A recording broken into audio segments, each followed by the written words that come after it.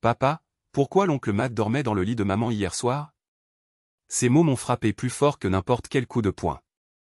Je me suis agenouillé lentement, essayant de garder une voix calme. Que veux-tu dire, chérie? Ma fille, pas plus âgée que 5 ans, a penché la tête, confuse par ma soudaine pâleur. Je me suis levé pour aller boire de l'eau. Je l'ai vu dans votre chambre. Maman m'a dit de ne pas te le dire? Oups. Elle a gloussé, sans comprendre la grenade qu'elle venait de dégoupiller en plein dans ma poitrine. Derrière moi, j'ai entendu le craquement des planches du plancher. Je me suis retourné.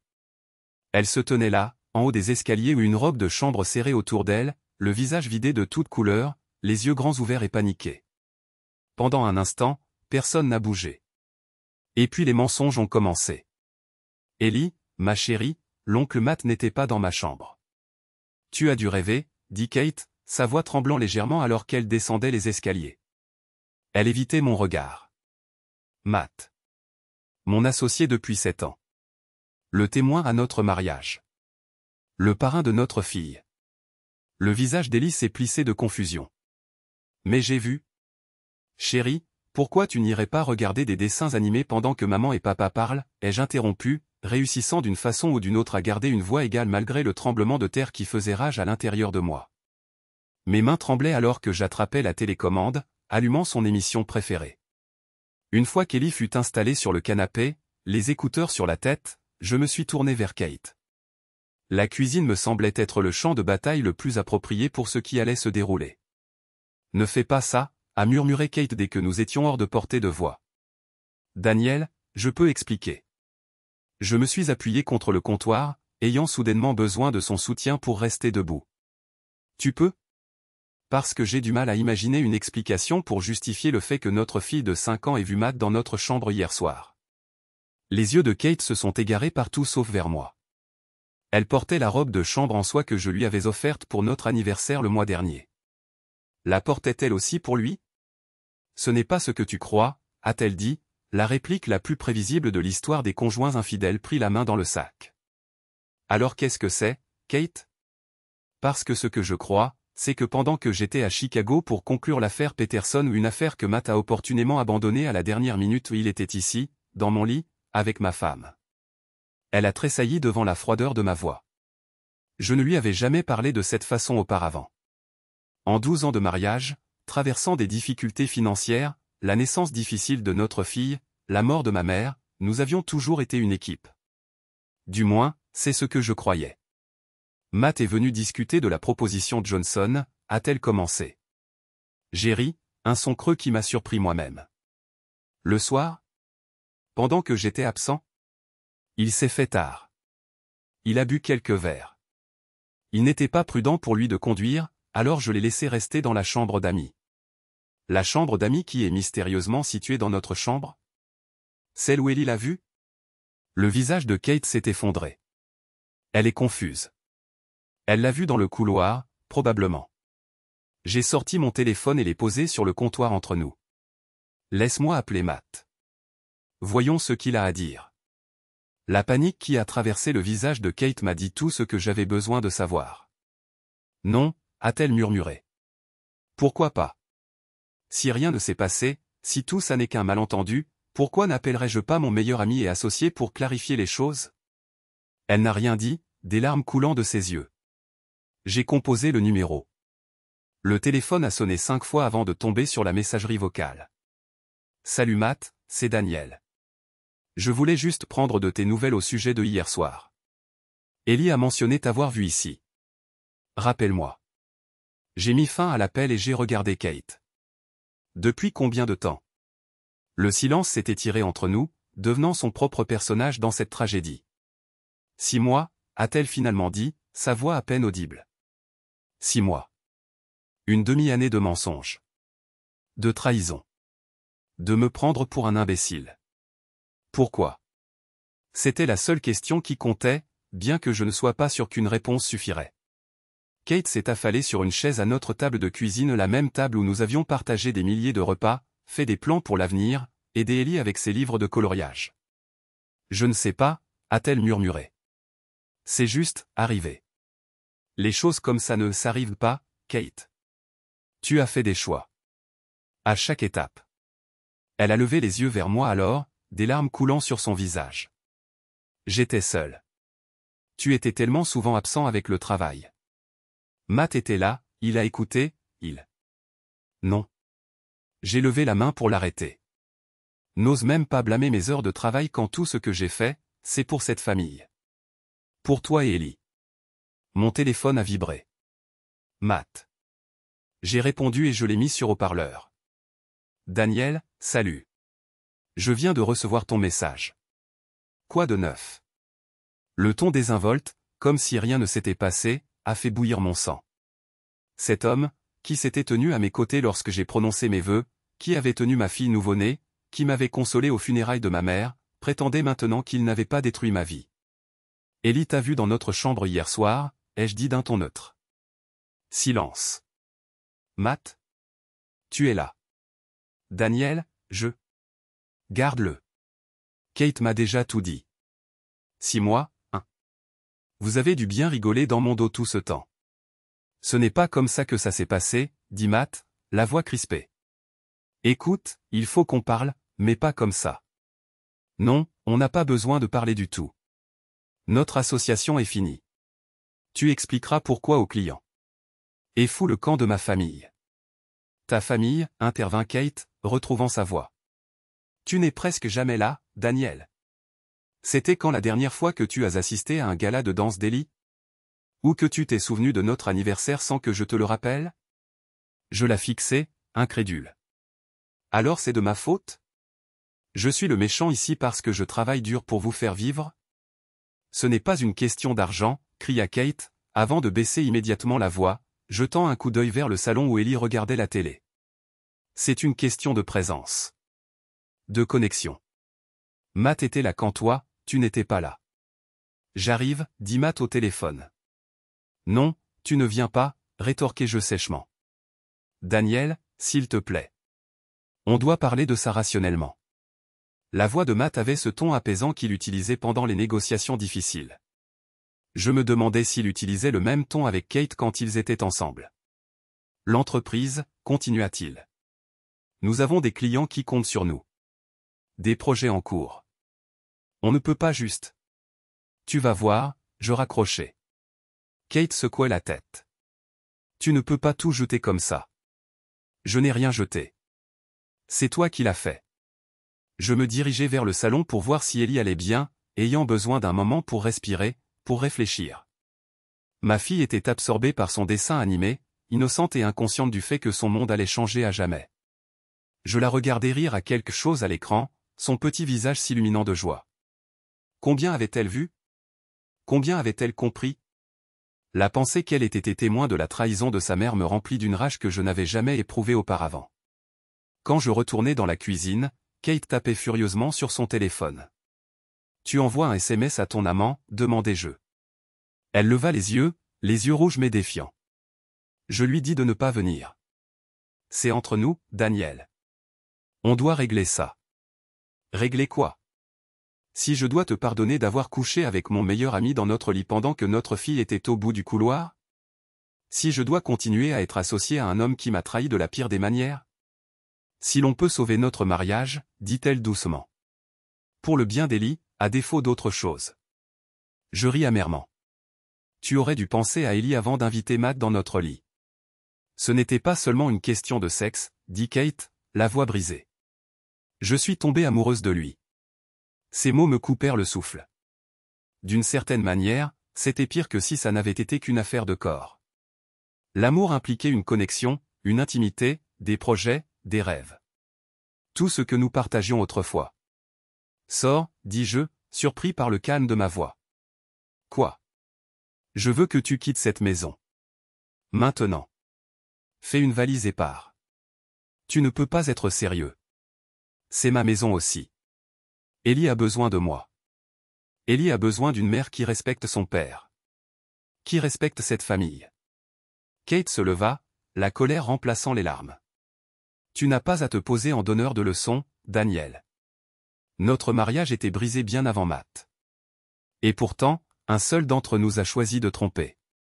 Une frappe à la porte nous interrompit. Matt. Bien sûr, il était venu malgré qu'on lui ait dit de ne pas le faire.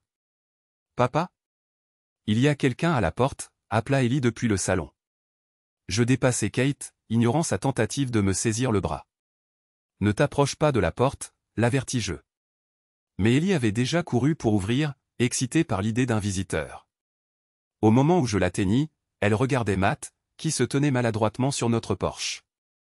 Tonton Matt, s'exclama-t-elle joyeusement. Tu es venu pour une autre soirée pyjama. Le silence qui suivit fut assourdissant. Le visage de Matt pâlit en regardant Ellie, puis moi, puis Kate, qui était apparue dans le couloir. Salut, princesse, dit Matt faiblement à Ellie, avant de se redresser pour m'affronter. Daniel, il faut qu'on parle. Ellie, retourne à ton dessin animé, dis-je en la faisant doucement pivoter. Elle fit la moue, mais obéit. Une fois qu'elle fut hors de portée, je sortis sur le porche, refermant la porte derrière moi. La rue de banlieue était calme en ce dimanche matin. Des voisins promenaient leurs chiens, lavaient leurs voitures, vivaient leur vie normale, ignorant l'implosion qui se produisait chez les Miller. Tu as du culot de te montrer ici, dis-je, en gardant la voix basse. Matt leva les mains dans un geste d'apaisement. Je sais que tu es en colère. En colère ne suffit pas à le décrire. Mais il y a plus en jeu que nos relations personnelles. L'entreprise, nos employés, nos clients. On ne peut pas laisser ça détruire tout ce qu'on a construit. Je le fixais, cet homme que je pensais connaître. Beau de cette manière naturelle qui avait toujours attiré l'attention. Le pendant charismatique de mon comportement plus sérieux. J'avais toujours considéré son charme comme un atout pour notre cabinet de conseil. Maintenant, je me demandais combien d'autres trahisons il avait facilité. Tu y as déjà pensé quand tu couchais avec ma femme? À notre entreprise. À moi. Bien sûr que j'y ai pensé, dit Matt en passant une main dans ses cheveux. Je me détestais pour ça. Mais, Daniel, c'est arrivé, c'est tout. Kate et moi, on s'est connectés d'une manière. Mon poing a percuté sa mâchoire avant qu'il ne puisse finir sa phrase. Matt a titubé en arrière, manquant de tomber des marches du perron. La douleur fulgurante dans mes jointures était étrangement satisfaisante. Daniel. Kate avait ouvert la porte et nous fixait avec horreur. Matt s'est redressé, touchant sa mâchoire avec précaution. Je l'ai bien cherché, a-t-il admis. Tu mérites bien pire, ai-je rétorqué. Une lumière s'est allumée de l'autre côté de la rue.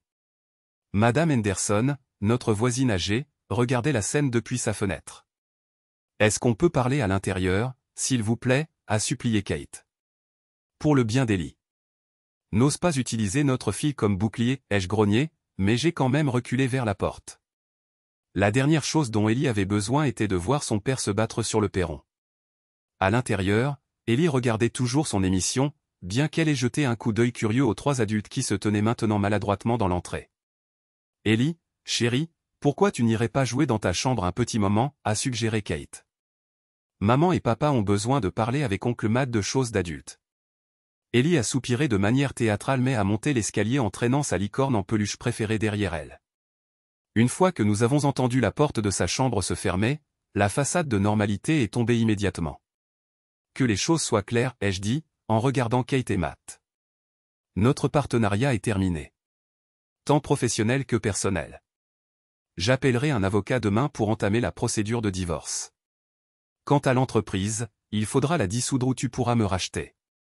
Je m'en fiche. Daniel, s'il te plaît, a commencé Kate. Tu agis avec précipitation, a ajouté Matt. Pense à. J'agis avec précipitation, ai-je ri, incrédule. Vous deux, vous vous fréquentez dans mon dos depuis 6 mois. Dans ma maison. Près de mon enfant. Et je suis précipité de vouloir en finir en un jour? La sonnette a retenti à nouveau. Nous nous sommes tous figés. Tu attends quelqu'un d'autre, ai-je demandé avec sarcasme. Kate a secoué la tête, l'air confuse. Je suis allé ouvrir, en espérant que ce ne soit pas un autre voisin attiré par le raffut. Quand j'ai ouvert la porte, je me suis retrouvé face à Rebecca, la femme de Matt depuis 8 ans. Rebecca, ai-je dit, sincèrement surpris. Je ne m'attendais pas à te voir ici. Les cheveux blonds de Rebecca, habituellement parfaitement coiffés, étaient en désordre, et ses yeux étaient rougis. Elle serrait son téléphone dans sa main comme une arme. Où est-il, a-t-elle demandé, sa voix ferme malgré son apparence. Je me suis écarté sans dire un mot, la laissant entrer. L'expression sur le visage de Matt quand il a vu sa femme valait presque la douleur de la matinée. Becca, a-t-il commencé, mais elle l'a interrompu d'un geste de la main. Ne dis rien. J'ai vu les images de la caméra de surveillance, Matt. Le visage de Matt s'est vidé de sa couleur. Quelles images de la caméra de surveillance? Rebecca s'est tournée vers moi. Saviez-vous que nous avions fait installer des caméras à la maison au bord du lac après le cambriolage de l'été dernier? Imaginez ma surprise quand je les ai vérifiées ce matin et que j'ai vu la voiture de mon mari dans l'allée hier soir. Avec votre femme. La maison au bord du lac. Leur propriété de vacances isolée à environ 1 heure de la ville. J'avais la nausée. Tu m'as dit que tu avais rendez-vous avec des clients à Springfield, a dit Rebecca à Matt, sa voix tremblant de colère. Et toi, s'est-elle tournée vers Kate, tu me racontais autour d'un café jeudi à quel point Daniel te manquait pendant qu'il était à Chicago. À quel point tu te sentais seul. Rebecca a ri amèrement. J'ai même proposé de venir te tenir compagnie. Mais tu étais déjà en train de planifier votre rendez-vous galant, n'est-ce pas? Les pièces du puzzle se sont mises en place. C'est pour ça qu'Ellie a vu Matt ici hier soir, ai-je dit lentement. Vous êtes revenus ensemble de la maison au bord du lac. Kate avait l'air acculée. Il était tard. Il ne s'est rien passé ici. Parce que je rentrais à la maison ce matin, ai-je terminé pour elle. Alors vous vous êtes amusés à la maison au bord du lac et ensuite, quoi, Matt t'a déposé et était censé partir? Mais il est resté à la place. J'avais trop bu, a marmonné Matt. Ce n'était pas sûr de conduire. Quelle sollicitude pour la sécurité, a craché Rebecca. Pendant que tu détruisais 2 familles. Nous 4, nous nous tenions dans mon salon, les débris de nos mariages éparpillés autour de nous comme après une tempête. Est-ce que quelqu'un d'autre le sait, a demandé Kate à Rebecca. Comme qui? Nos amis? Ceux avec qui nous dînons en couple depuis des années? Pas encore, mais ils le sauront. La voix de Rebecca était glaciale.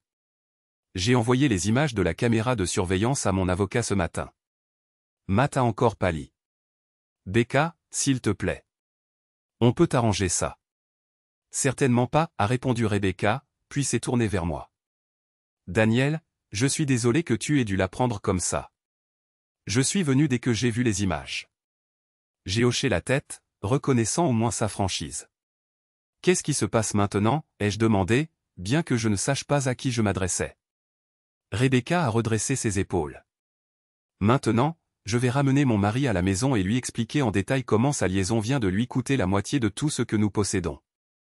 Ensuite, je vais appeler un avocat spécialisé dans les divorces. Rebecca a plaidé Matt. Épargne-moi ça, Matt. Les caméras vous ont filmé à la maison du lac à 5 reprises rien que le mois dernier. Ce n'était pas une simple erreur d'un soir. J'ai regardé Kate, qui s'était effondrée sur le canapé, le visage enfoui dans ses mains. 5 fois juste à la maison du lac, j'ai répété. Ou encore? Dans notre lit pendant mes déplacements? Dans des hôtels? Son bureau? Kate n'a pas répondu, et son silence valait toutes les confirmations. Maman? Pourquoi tout le monde crie? Nous nous sommes tous tournés vers Ellie, qui se tenait en haut des escaliers, serrant sa licorne. Sa lèvre inférieure tremblait. Kate est immédiatement allée vers elle, s'agenouillant sur les marches. Ce n'est rien, mon cœur. Parfois, les adultes ont des désaccords. Est-ce que l'oncle Matt est puni? Demanda Ellie, sa question innocente déchirant la tension. L'oncle Matt a fait de mauvais choix, dis-je avant que Kate ne puisse répondre. Et maintenant, il doit en assumer les conséquences. Matt tressaillit. Rebecca se dirigea vers la porte. Je vais attendre dans la voiture, Matt. Tu as 5 minutes pour me rejoindre, sinon je pars sans toi. Après son départ, le silence était pesant. Kate, dis-je finalement, emmène Ellie en haut et aide-la à préparer un sac pour la nuit. Vous allez toutes les deux chez ta mère pendant quelques jours, le temps que je mette de l'ordre dans tout ça. Daniel. Ce n'est pas une discussion. J'ai besoin d'espace. Ellie n'a pas à être mêlée à ça. Je me suis tourné vers Matt.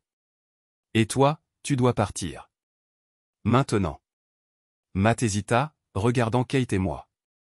Daniel, l'entreprise. Envoie-moi ta proposition de rachat par email d'ici demain.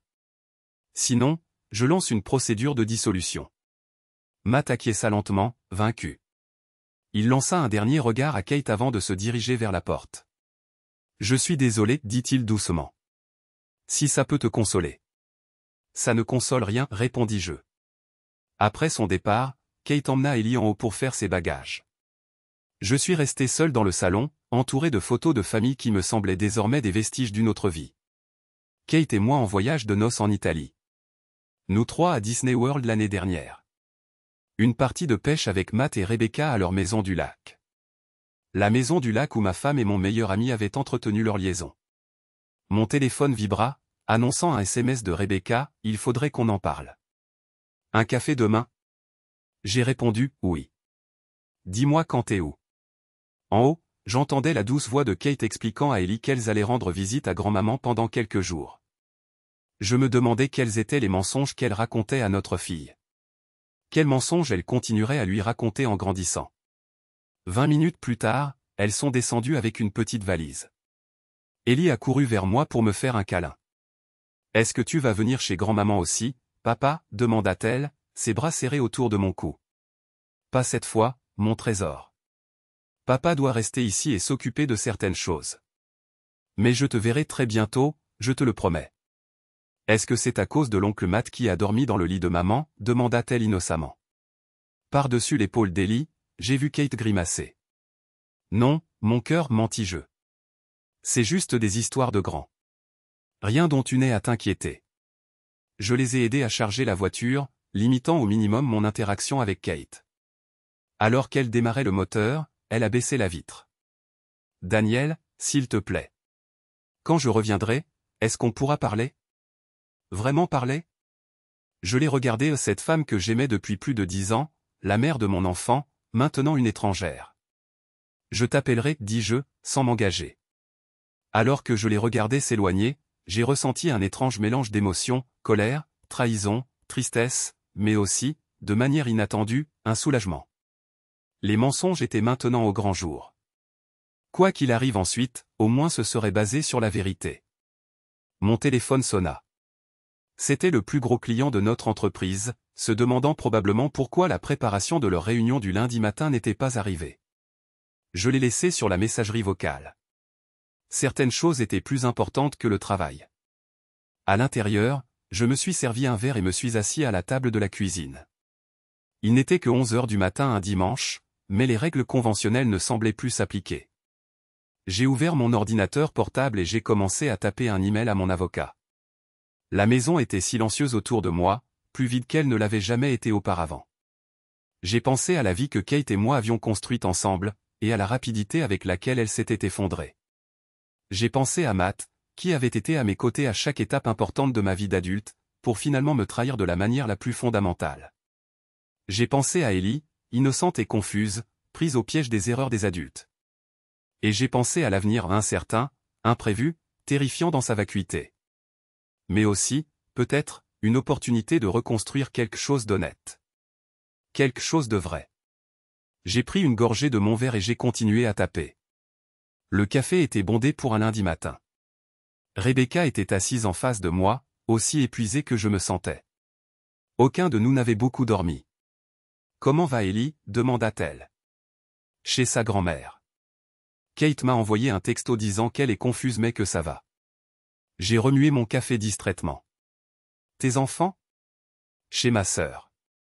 Je leur ai dit que papa et moi avions quelques problèmes, mais que nous les aimions tous les deux très fort. Elle sourit tristement. Le préambule standard du divorce, j'imagine. Nous sommes restés silencieux pendant un instant, deux personnes liées par la pire des trahisons. As-tu soupçonné quelque chose ? J'ai fini par poser la question. Rebecca secoua la tête. Pas vraiment. Matt a toujours travaillé tard. Toujours voyagé pour affaires. Je lui faisais une confiance aveugle. Elle eut un rire amer. Quelle idiote, hein ? Pas idiote. Loyale. J'ai soupiré. J'étais pareil. Même avec les signes. Quels signes ? J'ai repensé aux 6 derniers mois. Kate s'est mise à aller plus souvent à la salle de sport. Elle a acheté de nouveaux vêtements. Elle était toujours en train d'envoyer des SMS et cachait son téléphone quand je m'approchais. Des trucs classiques que j'ai rationalisés parce que je lui faisais confiance. Rebecca acquiesça. Matt s'est mis à chercher la dispute pour un rien. Il créait une distance pour justifier son comportement, j'imagine. Elle prit une gorgée de son thé. « Qu'est-ce que tu vas faire de l'entreprise ? » La dissoudre, probablement. Je ne me vois pas retravailler avec lui. Il va se battre pour ça. L'entreprise, c'est son identité. J'ai haussé les épaules.